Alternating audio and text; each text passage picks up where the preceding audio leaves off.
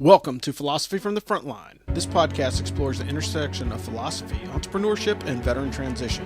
Join us as we delve into the minds of successful entrepreneurs who have made the journey from military service into small business ownership.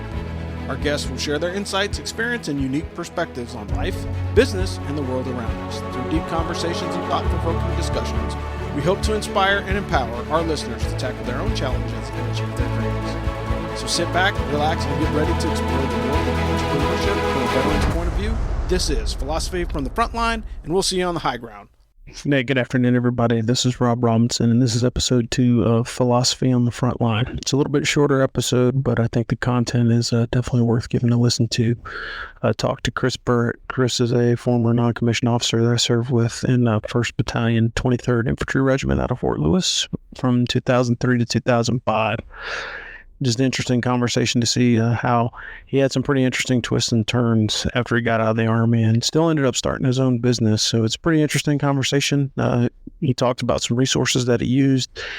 And the most interesting part was what happened in the 10 years after he got out of the Army. And it was good to catch up with him. He was one of my NCOs, and I really haven't talked to him in a very long time. So I was able to actually physically have a good conversation with him.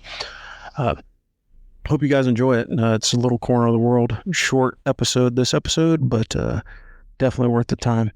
I appreciated it, and I hope you guys enjoy it.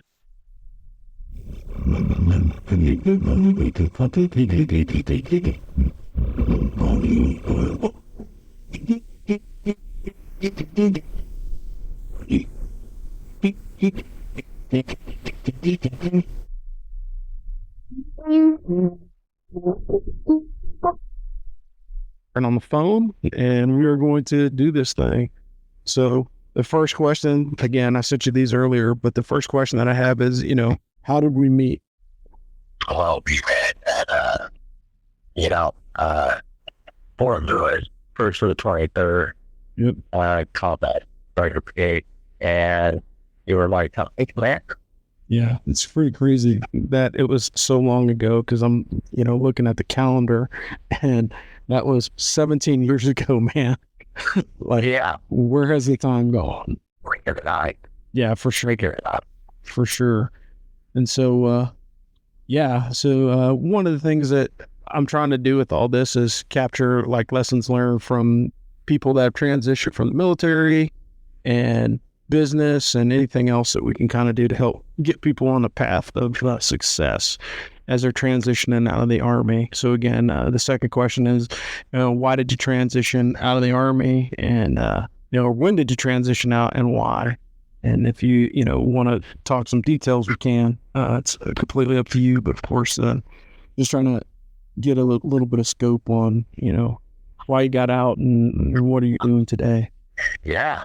Well, how long do you have? Honestly, I didn't get out as one of the, common soldiers either.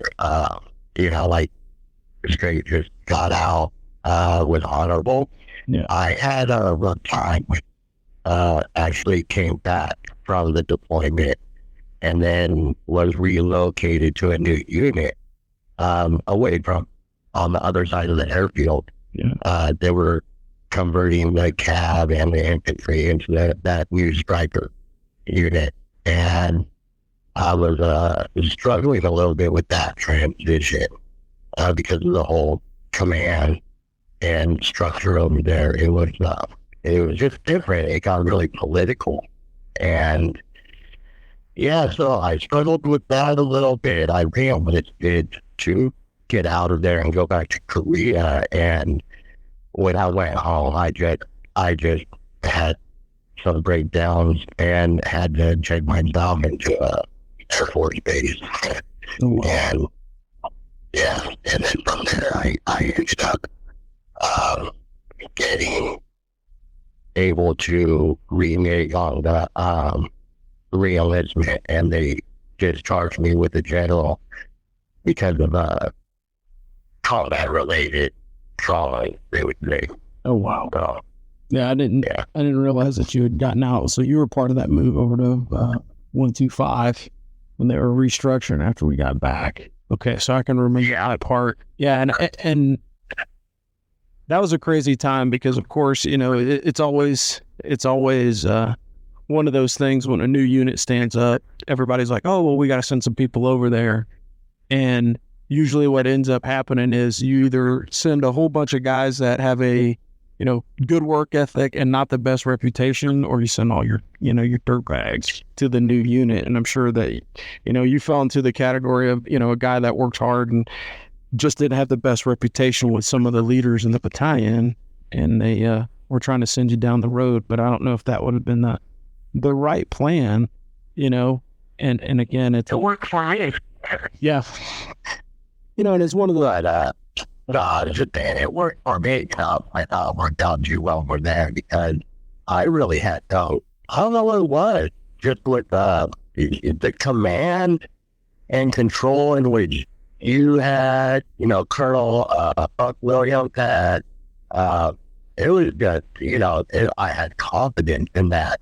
And when I went over there, there was the pure lack of confidence in the authority and command structure over there. So I had a hard time respecting that authority, I guess.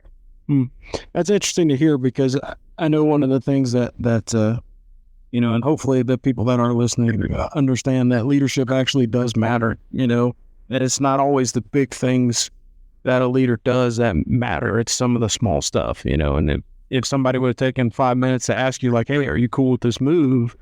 It may have worked out differently. You may have still been in, who knows, there's no guarantee of success, but the more informed you are about your soldiers, just the better off you're going to be. So, so what are you doing now? Well, now I do. It took me about a decade to get my BA benefit. So I was working on that for a decade, and in that process, I had to figure out a way to make money at the same time. You go through all the hoops of the BA and the process of, all those appointments and trying to just keep that schedule, because if you miss any of those hoops, you get, pushed back so far for a long time. I was doing a lot of under the table stuff. Yeah. And then, which I would do, through contractor work for like big factories, kind of work like the illegal immigrant type of road, Yeah. But under the table, under the radar. And then I decided I wanted to do something for my own self, which was, I started developing like paracord items because the aerosol, Yeah. dude, whatever. And I was really good with the robe and the nog, the new paracord. And I saw that the Valiant were like, all over this stuff. And it was all China made with horrible paracord. Mm-hmm. And so I was like, you know what, I'm going to start buying some of that wholesale from, the American made manufacturers. And I'm going to start making keychains, dog leashes, bracelets, lanyard, whatever is like a quick easy thing that I could pop out, pretty much like Chinese flavor, because I had time, I didn't have money. So it was kind of like invested what I did have in that, try to flip it. And that's kind of where I went, and that excelled into social media, because I had a lot of people around me that were more technical in the modern, stuff. And I really wasn't. I was walking from tobacco store to the smoke shop, selling my stuff, out of the jacket, Wow. And so after that, I had some people start to get me more of the technical influence, and some veteran friends came out and gave me did some videos, did some website. I learned the SOE behind that. I had to do it all, develop it up and learning, totally foreign. Yeah. And so that ended that, and then got to where I was able to live and maintain the BA process. Mm-hmm. And and there's a lot of businesses out there that help like a person like me online, like PaulUSA.org, I believe it is. Mm-hmm. They're a patriotic online marketplace. And what they do is there are a couple veterans that got out and a couple captains, I believe it was.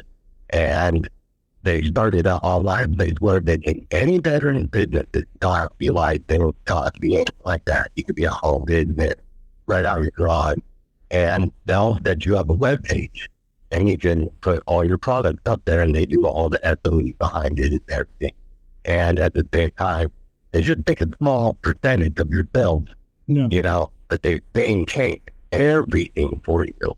Oh, wow. And so it's a really good thing. It's like you have a home business and you have a really good idea. It's a lot better to be like, than, Peter stuff. But I'm like, okay, but, Oh, that's pretty cool, man. I didn't know that there was a program like that. That's interesting. And again, one of the big hits are vets helping vets, which is always, something that's a good thing, because a lot of the times, sometimes only people that will understand you in the community are other veterans. And so having other veterans kind of lend a hand is pretty cool.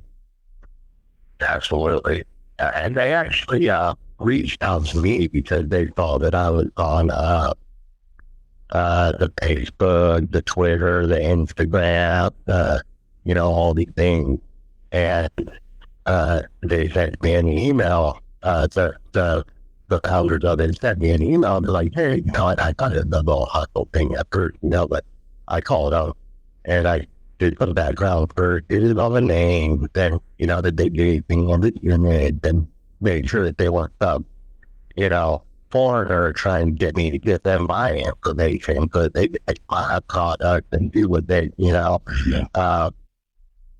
so, they were really legit, and they helped me a lot. Like, their web page kept me going. Like, you were able to hook it up to your PayPal or your checking account, whatever you wanted, and they got me going. They kept me fed, dude. They got my rent, paid. They got while I was going through the whole VA process. That's their struggle. That's probably the biggest struggle, is trying to get your VA benefit. So I would say that would be interested in. Okay. Yeah. So, and that kind of rolls right into question number 4, was what was the hardest part of coming out of the military? It sounds like getting your VA benefits, but is there a little bit more of the backstory that you got on that? Yeah, I was lucky, and this is having to go through it for a day, but I was lucky because in the way that I got out, how I explained earlier, I immediately jumped into the VA process of starting a claim for PTSD and TBI. Okay. The heart and all because I had a VA veteran Marine buddy that was like, do it, I'll be 60 years old and trying to explain your stuff, And I was like, all right, you're right.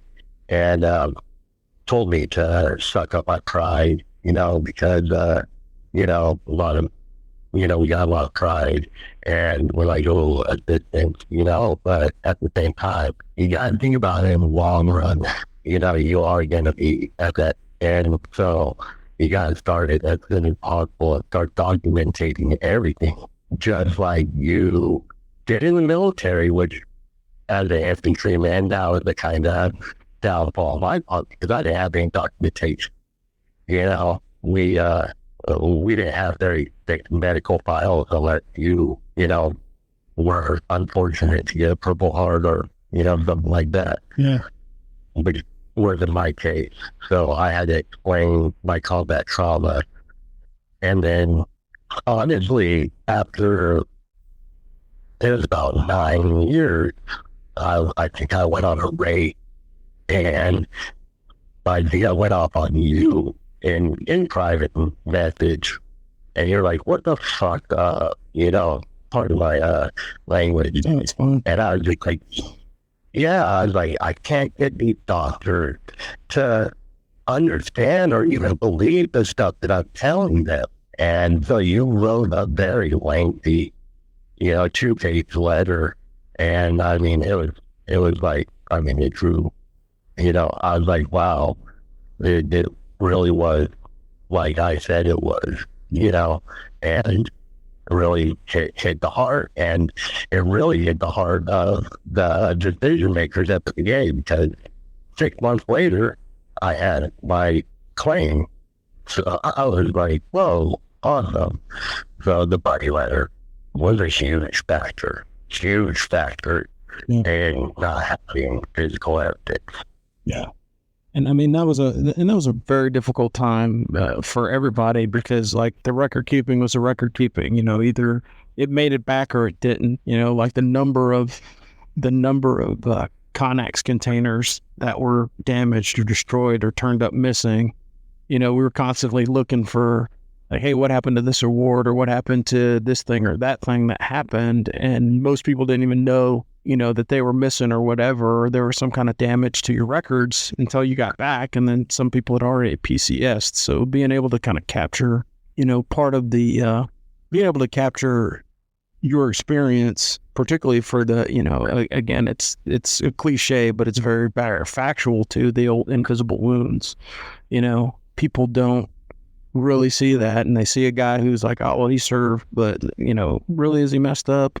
Or is there something going on? Or is this guy just faking? And it's hard to tell, particularly with, post-traumatic stress. It's hard, one, for guys that are infantry guys to really kind of break down and have that discussion and be open about it initially, and then having somebody on the other end of the conversation not believe you. That there's got to be super, super stressful. And I can understand that the rant and the rave why you were upset at the time is because, like, if you had been fighting that battle for 9 years and not getting support from the people who are supposed to support you, it's kind of a, punch in the jaw. Like, hey, you guys are here. Yeah. You're supposed to be helping me and you didn't. So it's kind of frustrating. And I can see, where that would come to that. And man, I'm thankful that you're willing to tell your story too, because again, like, this is our small little corner of the universe. And, I think I have like 2 people that are following, but I had about 60 people listen to the first couple of episodes, and we're going to continue to push this thing. But I really want to tap into like some of those stories that just don't ever get heard, stories like yours, because you're a decade plus removed from your military service. And unless people were in BCO with you, or, or at Fort Lewis with you, they probably didn't know like the extent of your service. And when you go back and you look at all the guys that we had in the company and what they're doing in the future, you got guys like Todd Vance that are, teaching MMA courses and as a certified counselor. And then you got guys that have, gone to prison. You know what I mean? Like, you have like the full spectrum of like everybody that was in PCO. You had some guys did great, some guys did not so great. And it's pretty remarkable, particularly given the situation and the struggle that you had, that you didn't end up in a worse place, after 10 years of wrestling with the VA. So I'm very, very glad that, something positive was able to come out of it for you. But that was pretty remarkable. So, moving on to the question number 5. But one quick thing though, with that whole, ended where I ended, it was up and down roller coaster. I did go in and out of the justice system. I am a convicted felon. I have, all these things. And a lot of it was because I was having a hard time adjusting, dealing with the civilian society, and at the same time having to survive in society while doing the whole VA process, and it was tough. I did do a year in jail, over some aggravated battery against law enforcement officers. I defended myself from getting jumped by 2 guys outside a tattoo parlor, and I ended up being charged because I came out on top. They ran away, called the cops. I sat in jail for a year defending myself on that. So I was on parole for 7 years. No alcohol, no nothing. had to go through all the different counselings and, make sure I did my PA and everything. And that was part of the stipulation. I had 2 years inpatient. I mean, I went through some struggle. I'd say in the end, though, it was all for the better, because I learned a lot. That's the best thing is I actually learned from that and just keep repeating and repeating and repeating. And I found an awesome support structure, which is the woman I'm with now, my family. They supported and really understood my struggle, and were there to support and help me where I needed help, even when I didn't want help, so Wow. I was very thankful for that. Wow. That's really good to hear. I mean, seriously, like you're giving me a lot of background, and I know it's been well over 10 years. We haven't talked like physically present probably since we came back. So it's been at least 15 years that we've actually had a conversation. So I'm really glad to hear that, things are working out. It wasn't a perfect road, but, sometimes the long way, gives you a little bit more to see on the scenic route, unfortunately, and hopefully, and I'm glad that things are working out. I saw that you were celebrating an anniversary with your, all right. So what we'll do is we'll tape the last part of this interview. And the one question I ask, and this is kind of the throwaway funny one, but what do you think the world or the outcome of the global war on terror would have been if we didn't have Rippets and Wild Tiger? If we didn't have what? Rippets and Wild Tiger. I don't know. Rippets maybe are. Oh, yeah, Rippets. Oh my goodness. We might have been asleep for like 2/3 of it. Those Rippets kept us going. I still go to I'll find them at the 99-cent store. You have to go to the dollar store or 99-cent store and get Rippets.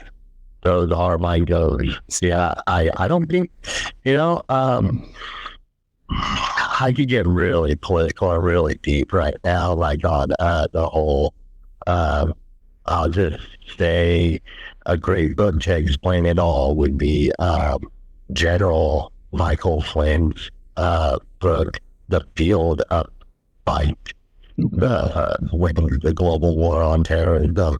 I would have to say it all, that sums it up, and the Rippets really just kept us going throughout all that BS, and they kind of just made it to where we could laugh at the hardships, Yeah. and the Rippet is kind of like the metaphor for laughing at the hardships, So... That's a super philosophical way of looking at it, man. I didn't even think of it that way because I can just remember they downgraded our Red Bulls that we used to get to, what the hell is this Rippet thing? And then you drink them and you're like, it's not so bad. But, man. Yeah.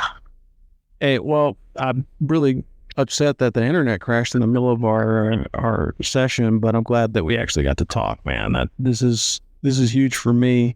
It's somewhat therapeutic, kind of getting to vent and talk to folks from the past, but it's also good to see how you ended up. It wasn't the straightest road or the easiest road, but it seems like you're in a good place now, and the benefit is your experience in your life. It's like, it sucked for a second, but we've gotten to a point where it works out. But isn't that every FTX or every road march or every mission you ever do in the military, though? Yeah, it sucks. But in the end, you have that gratification, you have that camaraderie, you have that sense of reward and, achievement, and I try to apply that type of outlook on life itself, so... Absolutely, and I'm hella grateful for this conversation we got to have. I get to see, we haven't talked, spoke physically, hugged, anything like that for, over a decade. That's for damn sure. Yeah. Going on too, but we do see each other through the Facebook, social media. So that's the one good thing about this modern age, technological age, is we can see each other from a distance, anytime, anyhow. Yeah. Even if China is collecting all the information, but Yeah. yeah. So, but yeah, and you've done outstanding. I loved watching your progress, man, and congratulations on all your achievements. And yeah, making it all the way to the end, retiring a lieutenant colonel. I honestly thought you would have got at least a 1-star, at least. But you did really well. I'm really glad and thankful and feel blessed that we are able to have this conversation today, in this, where we are, alive and living. Fingers and toes, man. Fingers and toes. It's been a blessing, and it's just crazy. Like when I catch up with people and I physically get to see them, I always run into people in the craziest places. Like I ran into Wes Mann, former specialist in the company. Now I believe he's a W3 doing maintenance for the Army. It's just crazy how, everything just kind of passes you by, but it doesn't, because you get the toe dip every now and then from social media or the random email or text message or whatever. I had the pleasure of talking to McFadden and Schmitz a couple of weeks ago. Like I get a random text message from Paul's dad, and he's like, "Hey, call Paul. He wants to talk to you." So I called him, and 5 minutes after I hang up, McFadden calls me and chewing me out for not being in touch. And it's just, it's the wonder of being able to just communicate as freely as we do have. And that's one of the best freedoms that we have in this country. So whether or not you're, whether you're not on top of the world or things are struggling, at least like you have some people that you can reach out to and provide you a helping hand when you need it. But absolutely. Hey man, I really appreciate the call. I'm gonna have to go because we got some business I gotta take care of. But again, it was great talking to you. If you do me a favor, could you drop those resources that you had in a text message or something so I can add them, and I'll put them in the write-up for your podcast. So when it goes up, I'll send you a copy of it, as well as having all that information of the people that you contact. All right, yeah, no problem. I'll sit through those emails, about 20,000 back, and find you all the information. And I didn't bleach bit anything, so I still have all mine. So, we'll play it soon. All right, brother. I love you, man. Keep up the good work, and I'm proud to say that I know heroes like you. So keep it up, man. All right. Super proud of you. Hey, feelings mutual. All right. Take care. All right. Bye. Thanks for listening to Philosophy from the Frontline with Rob Robinson. We will bring you more interesting veteran transition stories, veteran advocacy, and more information in veterans transition in general on a podcast platform near you. This is Philosophy from the Frontline, and we'll see you on the high ground. Thanks.